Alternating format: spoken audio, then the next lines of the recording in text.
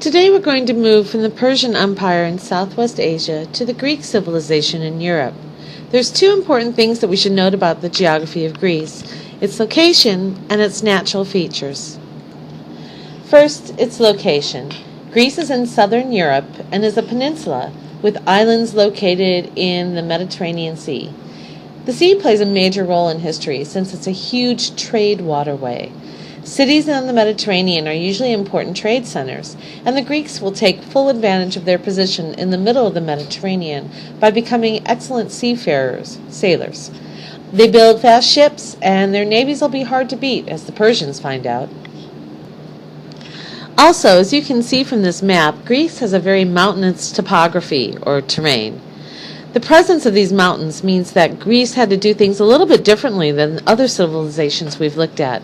There aren't any river valleys. Farming is going to be tricky, but herding is going to work out a little better. The Greeks are going to have to use trade to get many of their basic needs. Also, mountains are barriers, so Greece developed kind of these little independent city-states instead of one single nation or empire. The Greeks used the term polis for a city-state. While the Greek city-states all shared a common language and some common culture, particularly their very entertaining religion, each polis had its own government, and these governments were really quite different from each other. Okay, so our first vocabulary word is polis. This is a Greek city-state with independent governments for each city, but they do have a common Greek culture, particularly their language and religion. Okay, so let's go back to our last lesson where we talked about the Persian Empire, which, as you can see from this map, was pretty huge. In fact, it was the largest empire so far. But the Persians could never quite conquer Greece, and because of that, Persia was treated pretty badly by Greek historians. Remember all that historical bias? Anyway, let's look at Greece's geography and see if we can figure out if there's a possible reason why the Persians didn't succeed in taking over Greece. First of all, Persia was the master of road building. The Persian Royal Road and its system of rest stops was really, really efficient for overland travel. But when we look at Greece, we see that maybe it's not so great with the road thing. Those stony hills are going to be much more difficult to travel over. Some of you maybe have seen the movie 300, came out a few years ago. Well, there's one famous scene in that movie that has thousands and thousands of Persian soldiers trying to get past one small mountain pass guarded by 300 Greeks from Sparta. Even though they were terribly outnumbered, the Spartans were able to block the Persians for a long time and cause high casualties. So the Persians had a hard time maneuvering through these mountains, harder than they did in other parts of the Persian Empire. Later, the Persians tried to attack one of the Greek navies. While Persians had a strong navy, the Greeks were a seafaring people, and they were able to use that to their advantage. So the Greeks won again.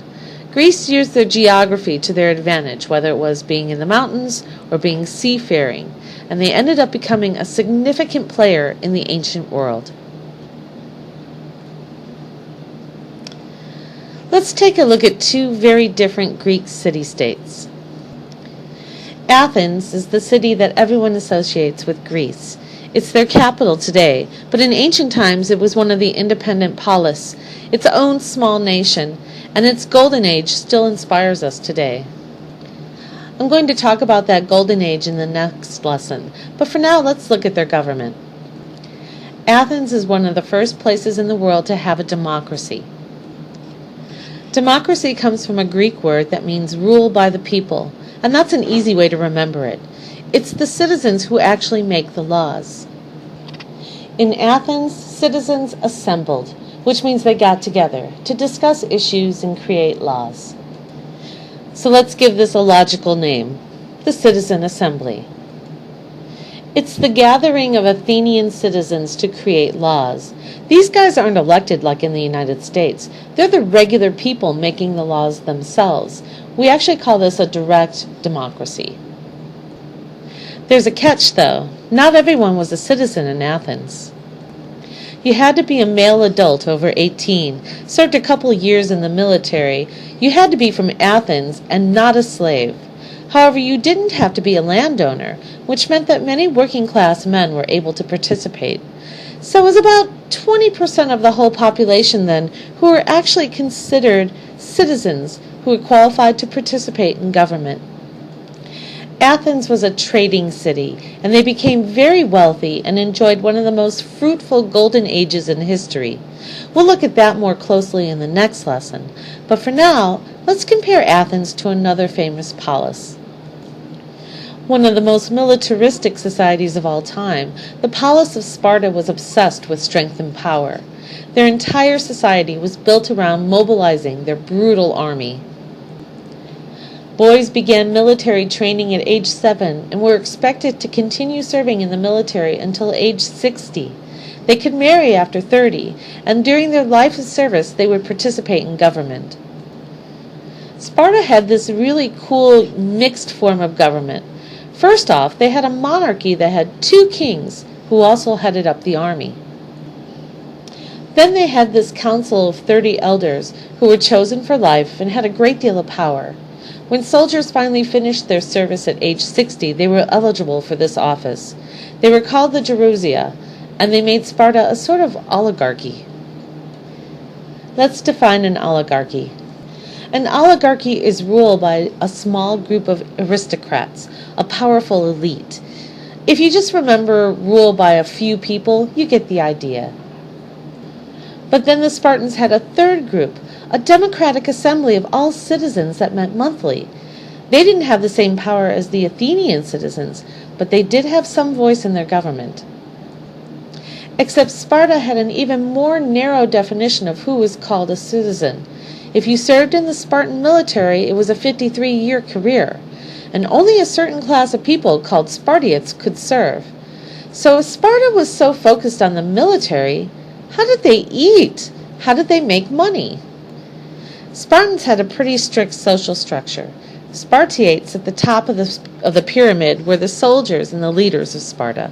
There was this small middle class who were merchants and artisans, but they weren't citizens, they weren't in the military, and they could not own land or participate in government.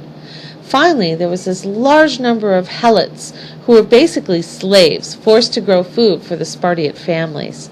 Helots greatly outnumbered the Spartiates, but they were forced to work for them anyway. Okay, so that was Athens and Sparta. But each Greek polis had its own personality and its own way of doing things. Athens and Sparta are 2 examples of city-states that are both uniquely Greek and uniquely independent. Thanks, and I'll see you next time.